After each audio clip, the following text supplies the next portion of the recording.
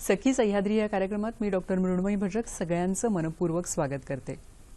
लहान मुलांच्या बाबतीत आपण नेहमी म्हणत असतो की पडो झडो वाढो, म्हणजे त्यांच्या वाढीच्या काळात लहान मुलं जी असतात ती सारखी धडपडत असतात, पडत असतात, त्यांना लागत असतं आणि बऱ्याचदा जखम देखील होत असते।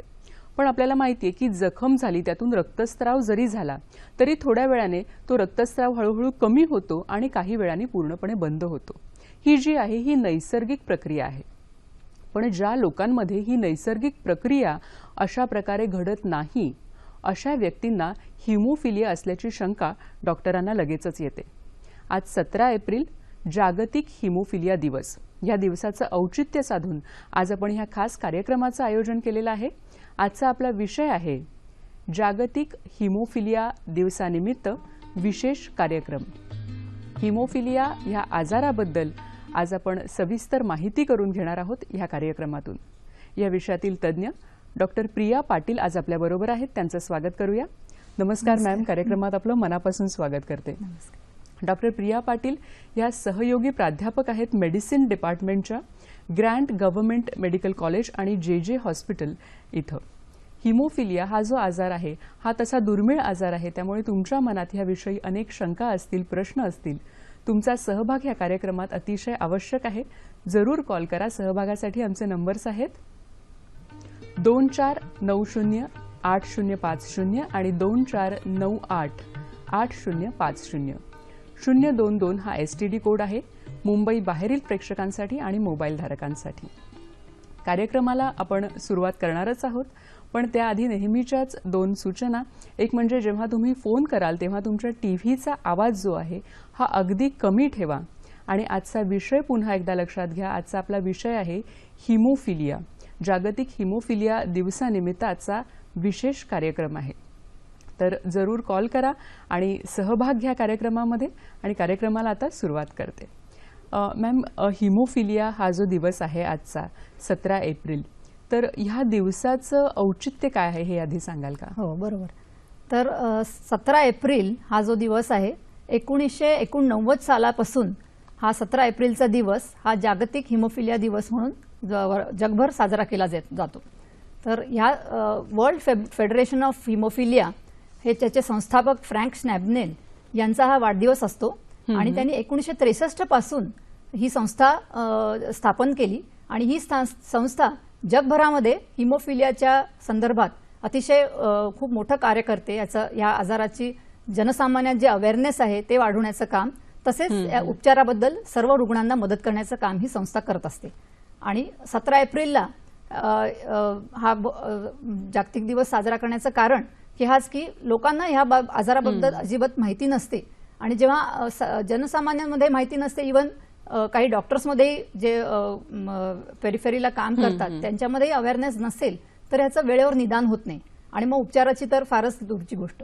तर हे अभिनंदनास्पद आहे की ह्याचं आजच्या दिवसाचं औचित्य साधून हा आपण कार्यक्रम ठेवला की आपल्या सर्व सामान्य माणसांना याची नेमकी माहिती मिळू शकेल। नक्कीच मॅडम, जेव्हा हिमोफिलिया हा जो शब्द येतो तर बऱ्याच लोकांना असं वाटतं की कुठेतरी हिमोग्लोबिनशी निगडित आहे का, असे अनेक गैरसमज असतात। तर हिमोफिलिया या आजाराचं नक्की स्वरूप सांगा ना। हो, हिमोग्लोबिनशी डायरेक्टली निगडित नाहीये। हा एक रक्ताचा दुर्मिळ, अतिशय दुर्मिळ असा आजार आहे आणि या आजारामध्ये नेमका दोष म्हणजे रक्त गोठण्याची जी नॉर्मल प्रक्रिया असते त्याच्यामध्ये इथे दोष असतो।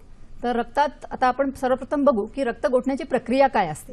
तर आपल्या रक्तामध्ये जेव्हा समजा रक्तस्राव झाला किंवा जखम झाली तर रक्तवाहिन्या ज्या असतात त्यांच्यामधून रक्त बाहेर येण्यास सुरू होतं। बरोबर आहे। तर नॉर्मली काय होतं की रक्तातले जे सगळे घटक असतात त्यांना आपण क्लॉटिंग फॅक्टर्स म्हणतो। असे एकूण 13 घटक आहेत आणि हे 13 घटक मिळून ते जेव्हा जखम होते तेव्हा हे एकामागोमाग एक असे ऍक्टिव्हेट होतात, म्हणजे जागृत होतात आणि त्याला आपण क्लॉटिंग कॅस्केड म्हणतो। तर ही सगळी प्रक्रिया, रक्त गोठण्याची प्रक्रिया आहे, ह्या 13 घटकांमुळे प्लाझ्मामधील सुरू होते आणि त्याच्यामुळे मग रक्तस्राव थांबतो। पण हिमोफिलियामध्ये ह्या कुठल्या तरी विशिष्ट रक्त घटकांची कमी असल्यामुळे हा रक्तस्राव न थांबता दीर्घ वेळ चालूच राहतो। हा मुख्य दोष असतो। बरोबर आहे मॅम, तुम्ही सांगितलं की 13 घटक आहेत ते ह्याच्यासाठी म्हणजे रक्त गोठण्यासाठी कारणीभूत आहेत। तर मग ह्याचे काही प्रकार असतात का हिमोफिलियाचे? तर कुठला रक्तघटक नाहीये त्यावरून हे प्रकार ठरतात। तर आता सगळ्यात कॉमन जो आहे तो आहे हिमोफिलिया ए. त्याच्यामध्ये ओके. रक्तघटक जो प्रथिन असतं ते फॅक्टर 8 याची कमतरता असते किंवा ओके. अभाव असतो. त्याच्यानंतर हिमोफिलिया बी म्हणून असतो, त्याच्यामध्ये रक्तघटक 9 ची कमतरता असते. अच्छा. आणि हिमोफिलिया सी याच्यामध्ये रक्तघटक किंवा फॅक्टर 11 ची कमतरता असते. बरोबर आहे. म्हणजे हे वेगवेगळे प्रकार असतात की कुठला घटक कमी आहे ह्यावरून. हो. पण आता जो हिमोफिलिया हा आजार आहे तो कधीपासून म्हणजे जन्मापासूनच असतो का नंतरही कधी होऊ शकतो? हा ऍक्च्युली एक अनुवंशिक आजार आहे. त्याच्यामुळे तो मातापित्यांपासून मुलामध्ये ट्रान्समिट होतो. अच्छा. आणि तो जन्मापासूनच असतो, पण त्याचं निदान मग बालवयात जेव्हा मुलाला खेळताना किंवा काय जखम झाली त्यावेळेला जेव्हा मग रक्तस्राव होत राहतो त्यावेळेला मग पहिलं निदान होऊ शकतं. किंवा अच्छा. ती कमी अधिक स्वरूपाची असते. त्यामुळे माइल्ड जे म्हणजे किंवा कमी तीव्रता असेल तर कदाचित मोठेपणी त्याचं निदान होऊ शकतं. नक्कीच मॅडम. आपल्याला एक फोन येतोय, कार्यक्रमातला पहिला फोन आपल्याला नाशिकहून येतोय. प्रमोद आपल्याशी बोलतायत. नमस्कार, बोला. नमस्कार. हा, मी बोलतो नाशिकहून. मला बोला. हा दुर्मिळ रोग आहे, तर आजार याची लक्षणं कोणती आहे? याला वयाचा काही गट आहे का? आणि होऊ नये म्हणून याची काही प्रिकॉशनरी मेजर म्हणून काही आहे का, प्रतिबंधक लस वगैरे? याच्याविषयी खुलासा केला फार केलं. धन्यवाद. नक्कीच, धन्यवाद प्रमोदजी. त्यांचा प्रश्न होता की आपण त्याला काही प्रिव्हेंटिव्ह करू शकतो का? जेव्हा आपल्याला माहिती आहे की हा अनुवंशिक आहे तर तेव्हा काही करू शकतो का आपण त्याला? हो. आता प्रिव्हेन्शन म्हणजे आता जेव्हा हिमोफिलियाचा रुग्ण असेल आणि तेव्हा जेव्हा त्याच्या पत्नीला, आता पुरुषांमध्येच हा आढळतो त्या आपण अनुषंगाने येईलच. हो. ज्या स्त्रिया असतात या वाहक असतात, म्हणजे ट्रान्समिटर्स असतात, कॅरियर्स असतात. तर ज्या पुरुषाला रुग्णाला असेल तर त्याला जेव्हा मूल होणार असेल त्यावेळेला मग पत्नीच्या गर्भजल परीक्षा याद्वारे किंवा जेनेटिक काउन्सिलिंग असतं त्याच्या थ्रू ते बघू शकतात की मुलाला हा आजार असण्याची शक्यता आहे का. तर तो एक प्रकार आहे. त्यानंतर त्यांनी विचारलं की लक्षणं काय आहेत, तर ते लक्षणांसंबंध आपण बघू. मुख्य लक्षण म्हणजे आता लक्षणं जी असतात ती त्या आजाराच्या तीव्रतेवर अवलंबून असतात. माइल्ड किंवा मध्यम स्वरूपाचा आजार असेल तर नुसतं जखमा झाल्यावर किंवा इंजुरी झाल्यावर रक्तस्राव दीर्घकाळ होतो. आणि ज्यांना तीव्र स्वरूपाचा आजार असतो त्यांना निरनिराळ्या ठिकाणी इंटरनल रक्तस्राव म्हणजे अंतर्गत रक्तस्राव होऊ शकतो. हा अंतर्गत रक्तस्राव म्हणजे काय असतं मॅडम? म्हणजे आतमध्ये कुठल्या आता विशिष्ट ठिकाणी शरीरामध्ये रक्तस्राव होतो. तर मुख्य रक्तस्राव होण्याचे ठिकाणं म्हणजे सांधे. तर गुडघ्याचे सांधे, कोपराचे सांधे, खांद्याचे सांधे इथे अचानक रक्तस्राव सुरू होतो. आणि त्यावेळेला रुग्णाला लक्षणं अशी जाणवतात की सांधा सुजायला लागतो, त्याला मुंग्या येतात, सांधा अचानक गरम होतो आणि अतिशय तीव्र स्वरूपाच्या वेदना होतात. तर ऍक्च्युली त्याच्यामध्ये आतमध्ये सांध्यामध्ये ब्लिडिंग झालेलं असतं, रक्तस्राव झालेला असतो. त्याच्यानंतर अजून एक धोकादायक प्रकार म्हणजे मेंदूच्या आत रक्तस्राव होणे. तर हा पण एक धोकादायक प्रकार असू शकतो, कारण त्याच्यामध्ये जीवालाही धोका येऊ शकतो. आणि त्याच्यामध्ये लक्षणं पेशंटला अचानक तीव्र डोकेदुखी होते, उलट्या होतात किंवा कदाकधी तो बेशुद्धही होऊ शकतो. बरोबर. तुम्ही म्हणालात की हा जो आजार आहे हा मुख्यतः पुरुषांमध्येच आढळून येतो. तर त्याचं काय कारण सांगू शकाल? आता त्याचं हे जे अनुवंशिक प्रकार आहे तो जनुकांमध्ये आपण जनुकांद्वारे म्हणजे जेनेटिक आहे. तर याच्यामध्ये आपल्याला थोडंसं त्याचं बॅकग्राऊंड समजावून घेऊ. एक्स क्रोमोसोम आणि वाय क्रोमोसोम ही दोन लिंग ठरवतात. एक्स क्रोमोसोम आणि वाय क्रोमोसोम फिमेल किंवा म्हणजे स्त्री किंवा पुरुष लिंग. तर पुरुषांमध्ये एक्स आणि वाय क्रोमोसोम असतात आणि स्त्रीमध्ये 2 एक्स क्रोमोसोम्स असतात. आता हा जो हिमोफिलिया आजार आहे तो एक्स लिंक्ड आहे, म्हणजे तो एक्स क्रोमोसोमवर आढळतो. त्याची जी सदोष जी जनुक आहे ते एक्स क्रोमोसोमवर असतं. ओके. आणि मग हा आजार व्हायला 2 एक्स क्रोमोसोम लागतात किंवा पुरुषांमध्ये एकच एक्स क्रोमोसोम मग तो मॅनिफेस्ट होतो असं असतं. तर जेव्हा वडिलांमध्ये हा आजार असतो तेव्हा मग त्याच्या मुलाला हा आजार येऊ शकतो. किंवा जी स्त्री असते ती वाहक असते, कारण तिच्यामध्ये 2 एक्स क्रोमोसोम्स असतात. बरोबर. त्याच्यामुळे मग तिला हा आजार नाही होत किंवा अतिशय रेअरली होऊ शकतो जर का तिचा दुसरा एक्स क्रोमोसोम सदोष असेल तर. नाहीतर स्त्रिया या वाहक असतात, म्हणजे त्यांच्यामध्ये काही लक्षण नसतात, पण ते आपल्या मुलांमध्ये हा आजार ट्रान्समिट करू शकतात. नक्कीच मॅडम. आपल्याला आणखी एक फोन येतोय. रवींद्र कुडाळकर आपल्याशी बोलतायत पुण्याहून. नमस्कार, बोला. बोला, प्रश्न विचारा.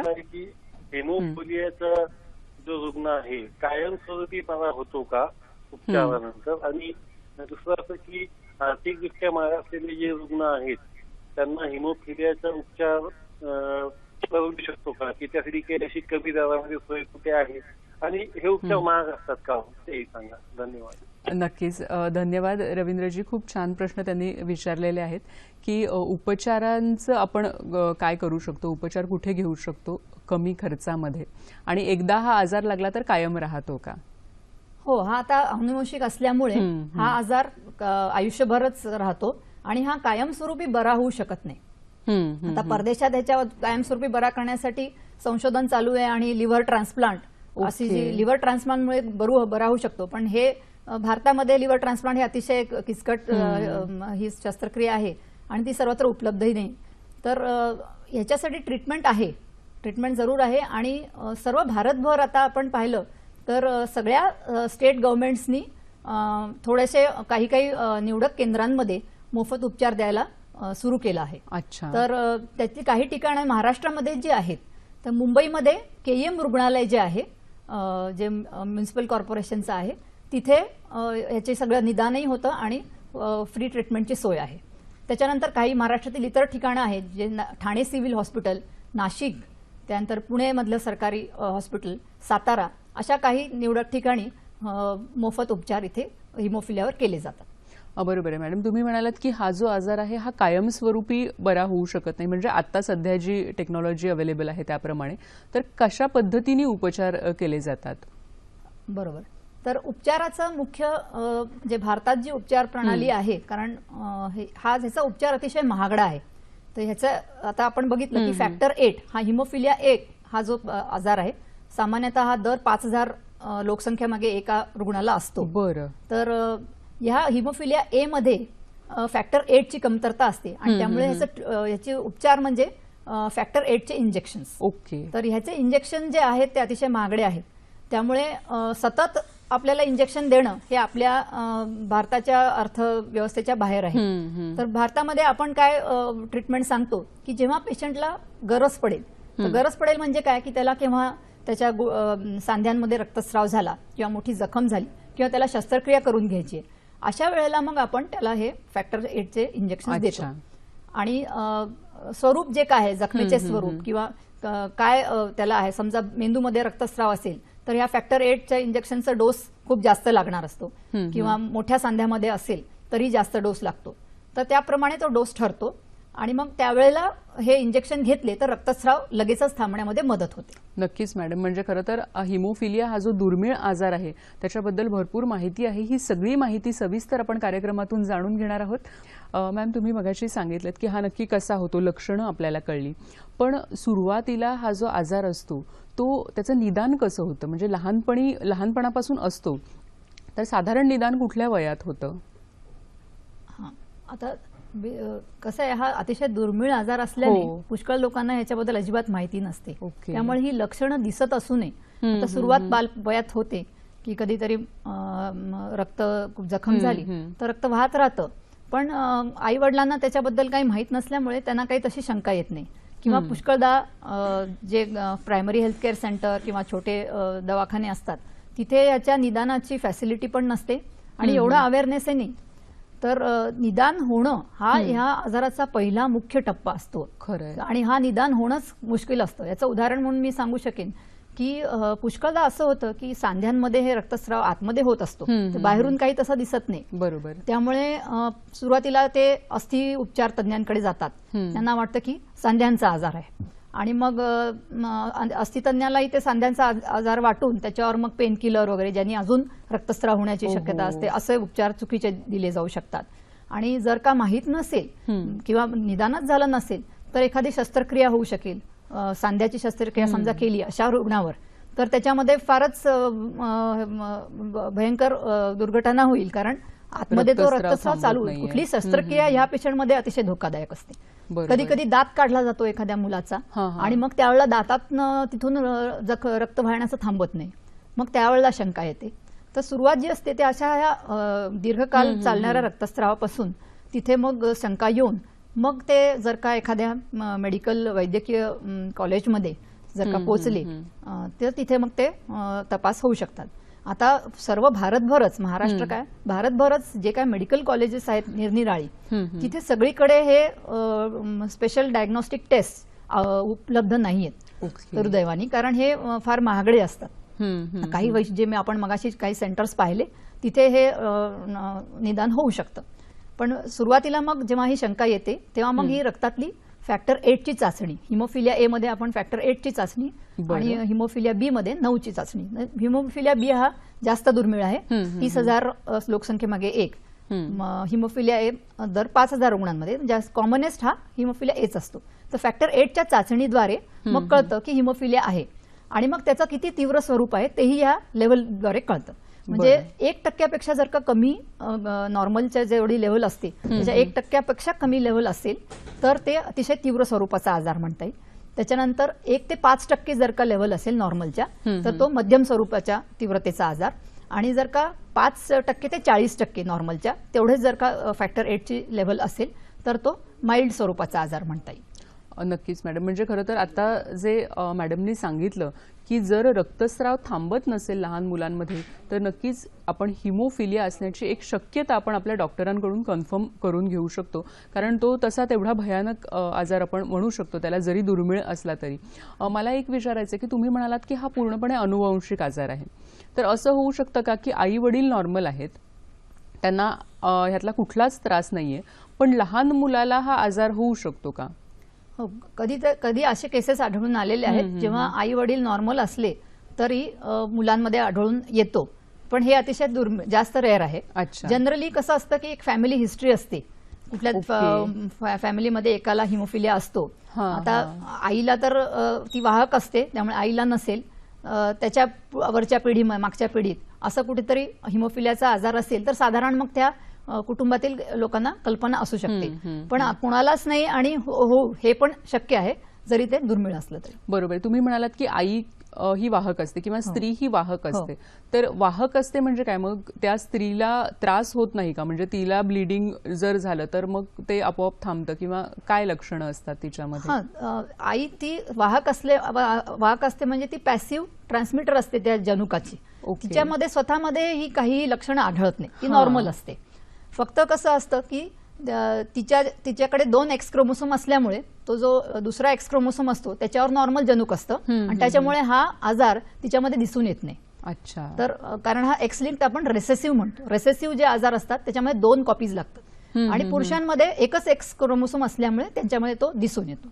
बरोबर आहे. म्हणजे स्त्रियांना जरी याचा त्रास झाला नाही तरी त्या वाहक असू शकतात. त्यामुळे मला वाटतं की हा जो आजार आहे त्याचे वेगवेगळे बरेच अँगल्स आहेत ते सगळे आपण कार्यक्रमातून जाणून घेणार आहोत. मॅम, तुम्ही मगाशी बोलता बोलता म्हणालात की अशा रुग्णांमध्ये म्हणजे ज्यांना हिमोफिलिया आहे त्यांना सर्जरी करणं हे खूप धोक्याचं असतं.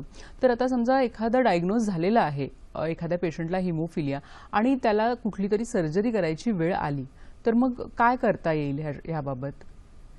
हो, आता हिमोफिलियाच्या रुग्णांनी एक मुख्य लक्षात ठेवलं पाहिजे की त्याच्या आजाराचं एक निदानाचं कार्ड त्याने कायम सोबत बाळगलं पाहिजे.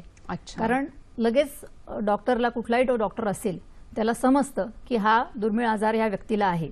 कारण कुठलीही सर्जरी असो, अगदी छोटी का होईना, जर का हिमोफिलियावर उपचार न करता केली तर ती अतिशय धोकादायक ठरू शकते. त्याच्यामुळे सर्वप्रथम त्या रुग्णांनी त्याच्या ज्या वैद्यकीय जी टीम असते किंवा त्याचे जे सर्जन असतात त्यांना ही माहिती देणं फार महत्वाचं असतं.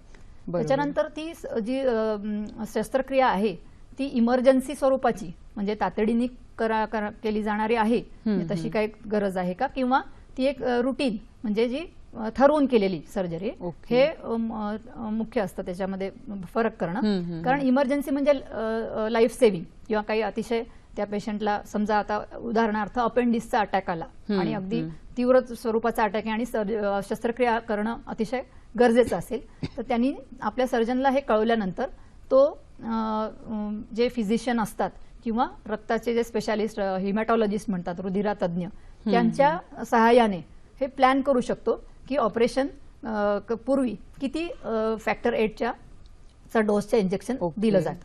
तर हा डोस पहिले कॅल्क्युलेट करून त्याप्रमाणे मग ते इंजेक्शन देऊन त्याची रक्ताची जी फॅक्टर 8ची पातळी आहे ती नॉर्मल किंवा नॉर्मलपेक्षा थोडीशी खाली अशी आणली जाते आणि मग त्याच्यानंतर मग ती शस्त्रक्रिया करणं सेफ असतं.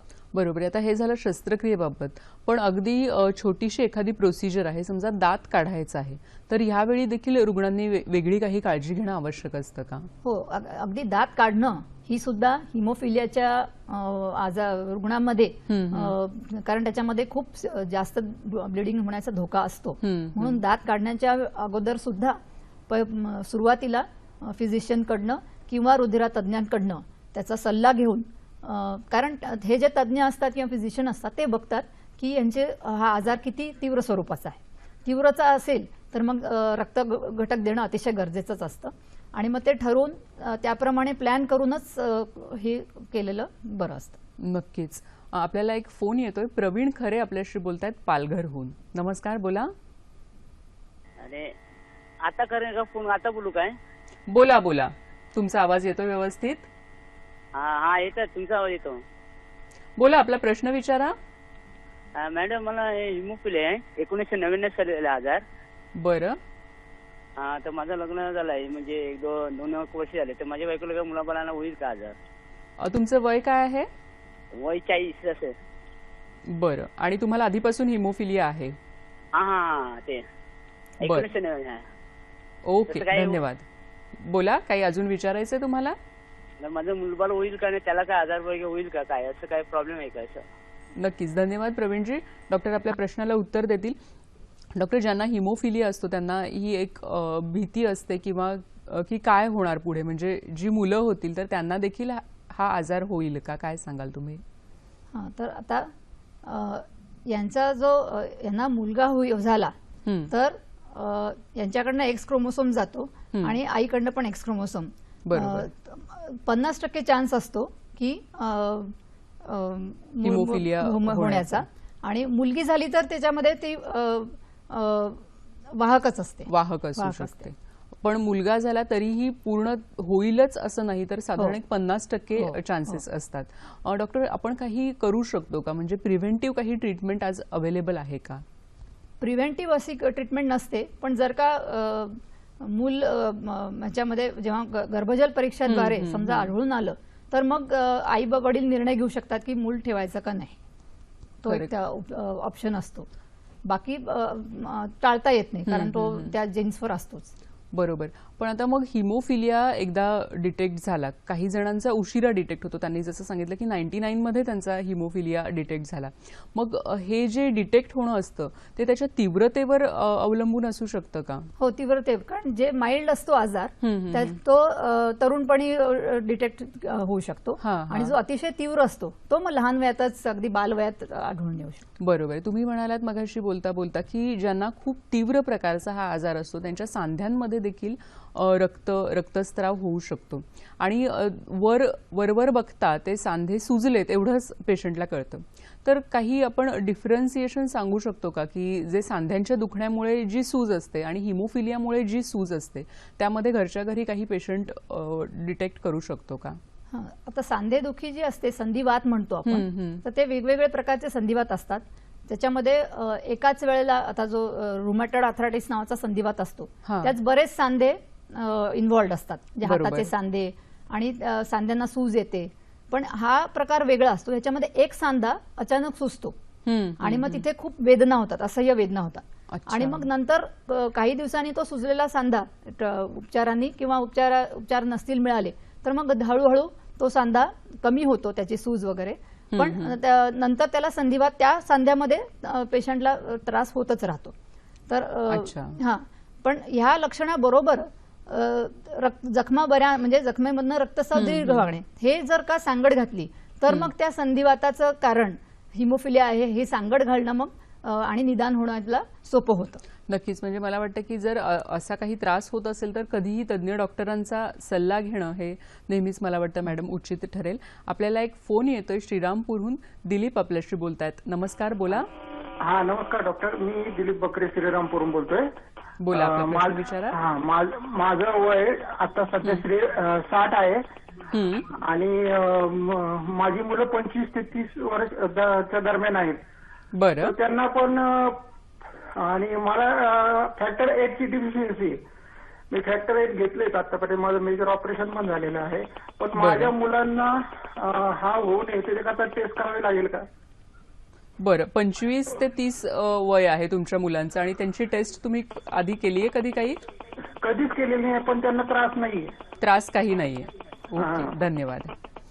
काय सांगाल मॅडम की आता 25 ते 30 वय आहे आणि आतापर्यंत त्यांना काहीच त्रास झालेला नाहीये मुलांना, तर काही असू शकतं का त्यांना? नाही, मुली असती तर त्या वाहकच असणार, त्याच्यामुळे त्यांच्यामध्ये टेस्ट करण्याची गरज नाही. ओके. आणि आता जर का आतापर्यंत काही लक्षण नसेल तर टेस्ट करण्याची गरज नाही. बरोबर, कारण 25 ते 30 हा जो काळ आहे तो खूप मोठा आहे आणि आतापर्यंत नक्कीच लहानपणी काही जखम झाली किंवा धडपडले असतील तर ते दिसून आलं असतं, आपल्याला कळालं असतं. हिमोफिलिक जे रुग्ण आहेत तर त्यांनी काळजी काय काय घ्यावी? हा अतिशय महत्वाचा प्रश्न आहे की ज्यांना माहित आहे आपल्याला हिमोफिलिया आहे तर त्यांनी काय प्रिकॉशनरी स्टेप्स घेतल्या पाहिजेत. तर मी जसं मगाशी सुरुवातीला म्हटलं होतं की त्यांनी कायम आपल्या आजाराच्या निदानाचं कार्ड नेहमी बरोबर ठेवलं पाहिजे, कारण त्या कार्डावर ह्याचा उल्लेख असतो की हा किती तीव्र स्वरूपाचा आहे. अच्छा. म्हणजे त्याची टक्केवारी पण लिहिलेली असते. तर हे कार्ड मॅडम हॉस्पिटलकडून मिळतं आपल्याला? जे हॉस्पिटल त्यांना डिस्चार्ज देतं त्यावेळेला त्या निदानाच्या ह्याच्यावर लिहिलेलं असतं आणि त्याची ती लेवल फॅक्टर 8 ची लेवल पण त्याच्यावर निर्देशित केलेली असते. तर त्याच्यावर मग लगेच जो कोणी त्याचा डॉक्टर असतो त्याला ही माहिती कळते की ह्या पेशंटला हा आजार आहे आणि मग पुढचे उपचार देणंही सोपं पडतं. त्याच्यानंतर समजा आता ह्या हिमोफिलियाच्या रुग्णाला सांध्यात रक्तस्राव झाला तर त्यांनी काय करायला पाहिजे, हा फार महत्वाचा मुद्दा आहे. कारण योग्य वेळी उपचार नाही झाले तर हे सांधे मग खराब होतात पुढे आणि मग त्यामुळे अपंगत्व येऊ शकतं. तर 70% हिमोफिलियांच्या रुग्णांमध्ये हे असे सांधे खराब होऊन अपंगत्व येण्याचं प्रमाण आढळलेलं आहे. तर म्हणून सांधा जेव्हा सुचतो त्यावेळेला त्यांनी 4 उपाययोजना करायच्या असतात. एक म्हणजे रेस्ट, म्हणजे सांधा बिलकुल हलवायचा नाही, सांध्याला विश्रांती द्यायला पाहिजे. त्याच्यानंतर त्याच्यावर बर्फ लावणे, आईस पॅक्स म्हणतो आपण, ते बर्फ लावून म्हणजे त्या रक्तस्राव कमी व्हायला ह्याची मदत होते, बर्फ लावून ठेवणे. तिसरं म्हणजे असं थोडासा सांध्यावर दाब येईल असं एक कॉम्प्रेशन बँडेज, तो घरच्या घरी असं किंवा एक असं कापड पण गुंडाळून तिथे दाब येईल असं गुंडाळू शकतो. आणि तिसरं म्हणजे तो पाय किंवा हात असा वरती करून ठेवणे, एलिव्हेशन. तर हे 4 स्टेप्स त्यांनी करायला पाहिजे आणि मग ताबडतोब वैद्यकीय मदत घ्यायला पाहिजे. म्हणजे जिथे त्याचा उपचार नेहमीचं केंद्र आहे तिथे, किंवा म्हणजे आपण म्हणालो बघितलं की महाराष्ट्रात इथे काही ठिकाणी मोफत उपचार असतात, तर जर का त्यांना परवडत नसेल तर त्यांनी या ठिकाणी जाऊन उपचाराचा फायदा घेतला पाहिजे. कारण वेळेवर जर का हे फॅक्टर 8चं इंजेक्शन मिळालं तर मग त्यातला रक्तस्राव कमी होऊन त्या सांध्याचं पुढचं नुकसान होण्याचं टळू शकतं.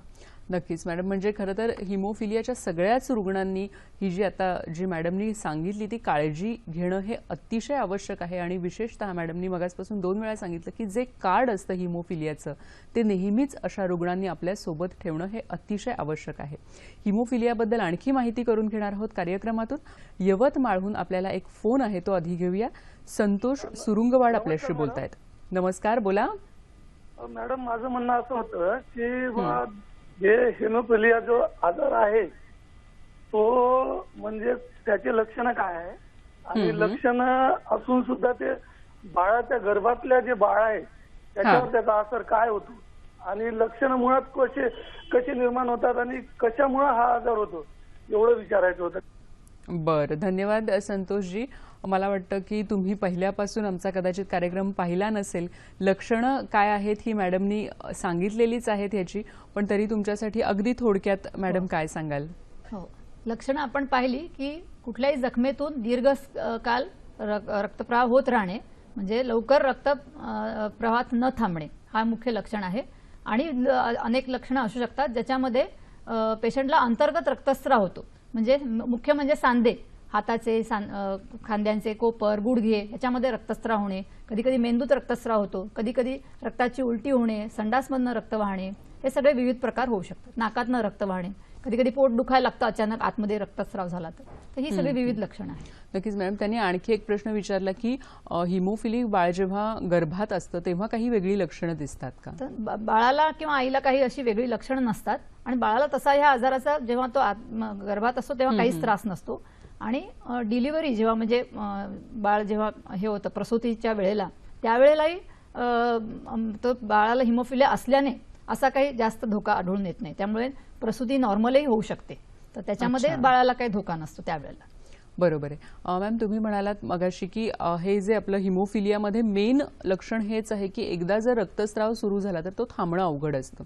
मग अशी जी हिमोफिलिक मुलं असतात की ज्यांचं डायग्नोसिस झालं आहे, तर मुलांना तर आपण बघतो की वेगवेगळे मैदानी खेळ मुलं खेळत असतात, तर मग हे मैदानी खेळ त्यांनी खेळावेत का? कारण ह्यामध्ये पडण्याचा किंवा लागण्याचा खूप धोका असतो. हो, त्यांनी खेळ जरूर खेळावेत. काही खेळ जे मुलांसाठी अगदी सेफ असतात ते म्हणजे पोहणं हा याच्यामध्ये छान व्यायाम होतो. पोहणं खेळू शकतात, त्यानंतर सायकलिंग करू शकतात ही मुलं, धावू शकतात, चालू शकतात. पण काही खेळ मात्र त्यांनी टाळलेले बरे, कारण ते धोकादायक होतात.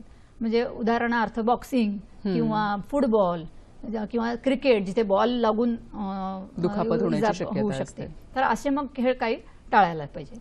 आणि अजून एक मुख्य म्हणजे की यांनी व्यायाम जरूर करावा हिमोफिलियाच्या रुग्णांनी, कारण आउटडोर ऍक्टिव्हिटी किंवा बाहेर एक जर ऍक्टिव्हिटीला ते घाबरले तर मग त्यांचे स्नायू कमजोर होतील. आणि ह्या रुग्णांमध्ये स्नायू एकदम ताकदवान असणं फार महत्वाचं आहे, कारण त्यांनी मग सांध्यांचं आणि स्नायूंचं जो नुकसान असतं या रक्तस्रावामुळे ते कमी होतं.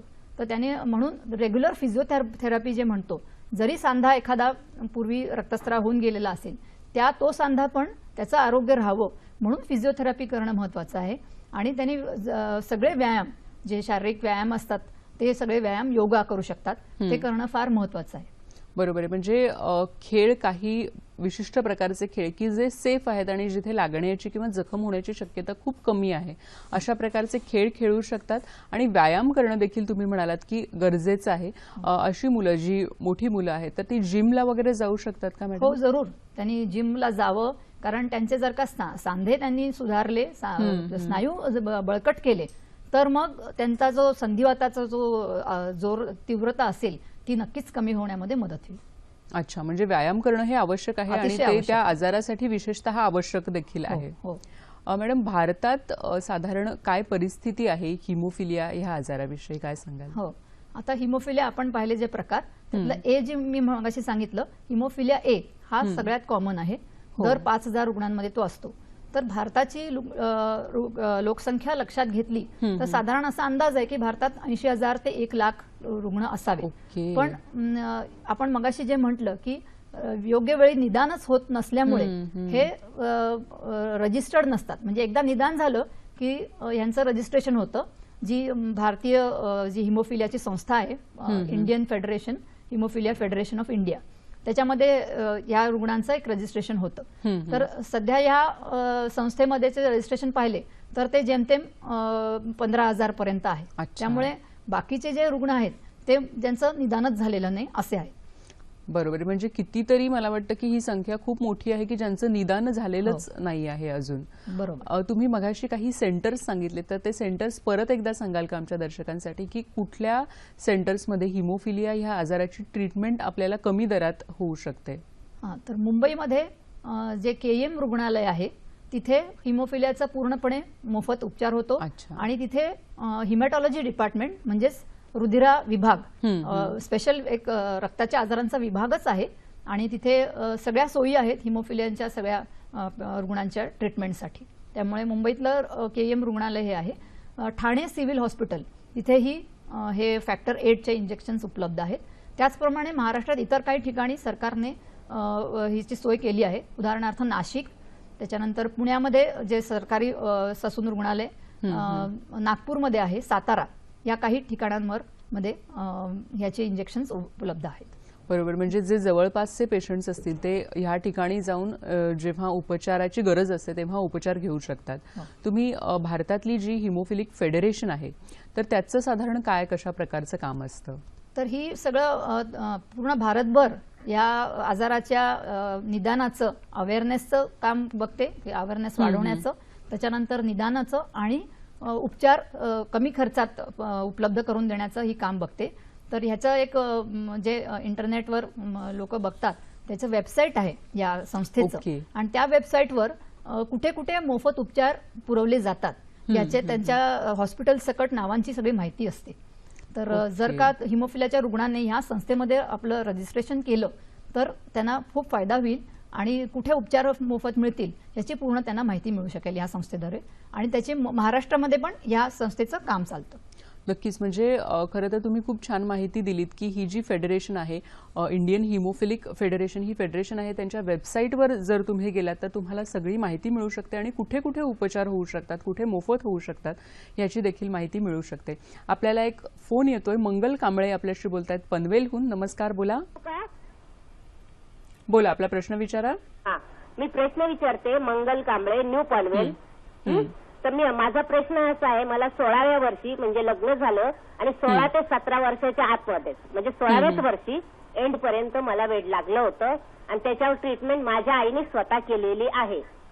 बरं. तर आता परत मला तसा त्रास होतोय असं माझ्या घरच्यांचा म्हणजे हे झालेलं आहे, ग्रह झालेला आहे काय. तर त्यामुळे मला परत तीच ट्रीटमेंट करायला ते घेऊन जातात जबरदस्तीनं. पण मला असं वाटतं मला तसं झालेलं नाही, पण माझ्या मुलाला तसं झालेलं आहे. तर मुलासाठी मला प्रश्न विचारायचा आहे. माझ्या मुलामध्ये हे मला जे झालं होतं 16व्या वर्षी ते माझ्या मुलामध्ये येऊ शकतं का? बरं मंगलताई, मला तुम्हाला एक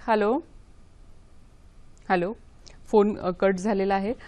त्यांचा प्रश्न खरं तर थोडासा वेगळा होता की मला वाटतं की त्यांना काहीतरी सायकॅट्रिक डिसऑर्डर असावी. तरी आपण प्रश्नाला ह्याच्या उत्तर देऊ शकतो.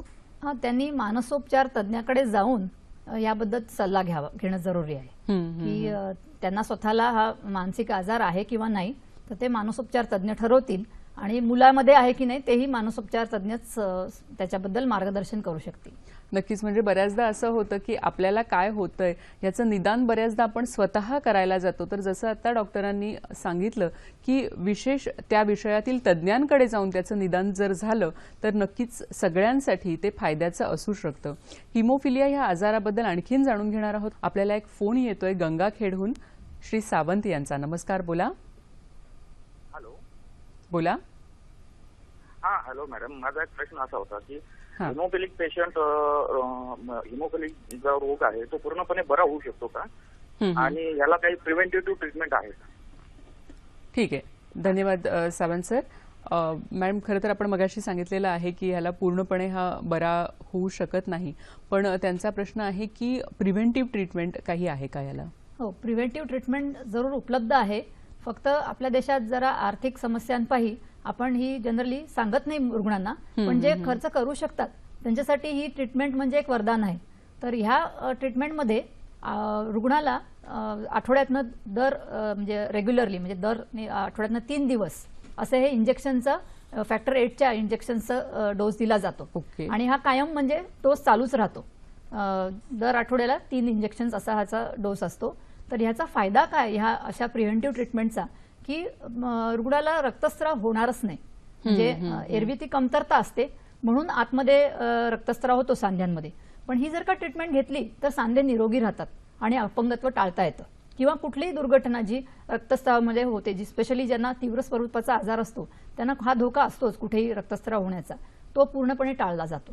तर ह्या ट्रीटमेंट आता ही पाश्चात्य देशांमध्ये ही फॉलो केली जाते ही ट्रीटमेंट, कारण त्याच्यामध्ये रुग्णांना अतिशय निरोगी आयुष्य जगता येतं आणि इंजेक्शनचा तसा साईड इफेक्टही नसतो, सेफ असतात, ही घेता येते. फक्त ही ट्रीटमेंट कंटिन्युअसली दीर्घकाळ घेतली तर त्याच्यात एक त्याचा तोटा असा होऊ शकतो की रक्तामध्ये ह्याचे इनहिबिटर्स तयार होतात.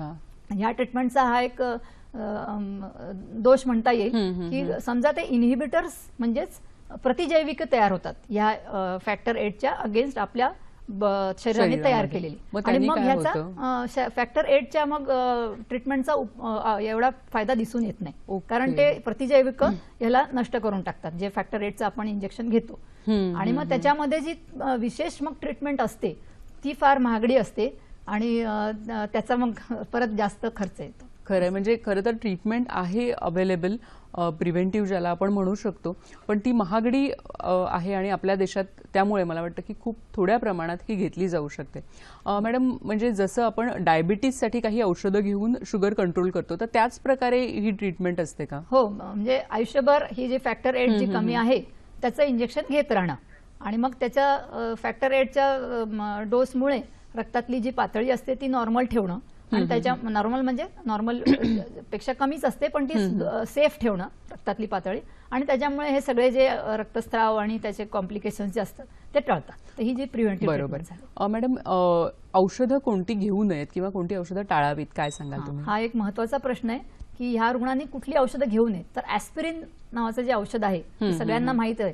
आता आपल्या देशामध्ये काही दुखलं की लगेच केमिस्टकडे जाऊन गोळी घ्यायची, पेन किलरची, डिस्प्रिन म्हणा किंवा कुठलंही पेन किलर, ही गोळी घेण्याची फार सामान्य प्रथा आहे. तर ह्या रुग्णांनी लक्षात ठेवलं पाहिजे की ॲस्पिरिन कायम टाळणं, कारण ॲस्पिरिनमुळे आपल्या ज्या प्लेटलेट असतात, ज्या पांढऱ्या पेशी रक्तातल्या खास प्लेटलेट नावाच्या, त्या आपण रक्त गोठण्याच्या प्रक्रियेत हातभार लावतात आणि ॲस्पिरिनमुळे या प्लेटलेटचं काम इनिबिट जे होतं, म्हणजे काम चालत नाही, आणि म्हणून मग जो अगोदरचाच रक्तस्रावाचा आजार आहे, मग ॲस्पिरिनमुळे याच्यामध्ये अजून वाढ होईल. तर ह्या रुग्णांनी ॲस्पिरिन पूर्णपणे टाळावी. नक्कीच मॅडम, खरं तर खूप महत्वाचं आता मॅडमनी सांगितलेलं आहे की ॲस्पिरिन किंवा डिस्प्रिन पेन किलर आहे ती आपण टाळली पाहिजे. आजचा हा कार्यक्रम आपल्याला कसा वाटला हे जरूर आम्हाला कळवा. फेसबुक आणि जीमेलच्या माध्यमातून तुम्ही हा जो आपला अभिप्राय आहे हा आमच्यापर्यंत पोहोचवू शकता किंवा आमच्याशी कनेक्ट होऊ शकता. फेसबुक आणि जीमेलसाठी आमचे जे IDs आहेत ते असे आहेत: www.facebook.com/sakhisayhadri.dd आणि आमचा ईमेल ID आहे sakhisayhadri@gmail.com. मला वाटतं हल्ली आपण फेसबुक आणि जीमेलच्या माध्यमातून, ईमेलच्या माध्यमातून आपण नक्कीच कनेक्ट होऊ शकता. मॅम, खरं तर ह्यावर बोलण्यासारखं बरंच आहे, पण आपली वेळ संपत आलेली आहे, तर अगदी जाता जाता आमच्या दर्शकांना काय सांगाल? हिमोफिलियाच्या रुग्णांनी त्यांना मला संदेश हा द्यायचा आहे की हा आजार आता आटोक्यात ठेवला जातो, याच्याबद्दल उपचार अवेलेबल आहेत, तर त्यांनी सकारात्मक दृष्टी ठेवावी आणि योग्य ती काळजी घ्यावी, जे आपण मगाशी सांगितलं, सांध्यांचं नुकसान होऊ नये म्हणून. तर जीवनामध्ये त्यांनी पॉझिटिव्ह किंवा सकारात्मक भूमिका ठेवावी.